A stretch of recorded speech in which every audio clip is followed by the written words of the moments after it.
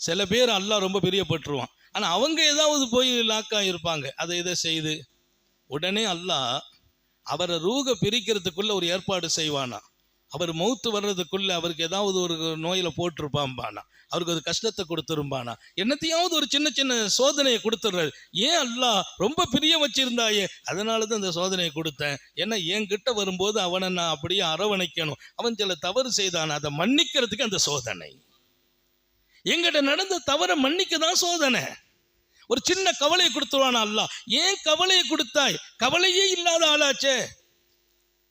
எப்படி கவலையே இல்லாதவருக்கு கவலையா? ஆமா கொடுத்தேன். எதுக்கு? அவர் அந்தஸ்தை உயர்த்த கவலையை கொடுத்தேன். சுப்ஹானல்லாஹ். என் அந்தஸ்தை உயர்த்துறதுக்கு கவலை. நம்ம நிறைய பேர் சொல்றோம்ல, ஒரே கவலையா இருக்கு ஹஜ்ரத், ஒரே கவலை. என்ன கவலை? கவலைங்கிறதுலாம் ஒன்றும் மேட்ரு இல்லை. கவலைலாம் படக்கூடாது. துன்யா விஷயத்துல கவலைப்படாதீர்கள் என்றார்கள். கவலை வருதா, அல்லாஹ் உங்களை மன்னிக்கிறான்னு அர்த்தம்.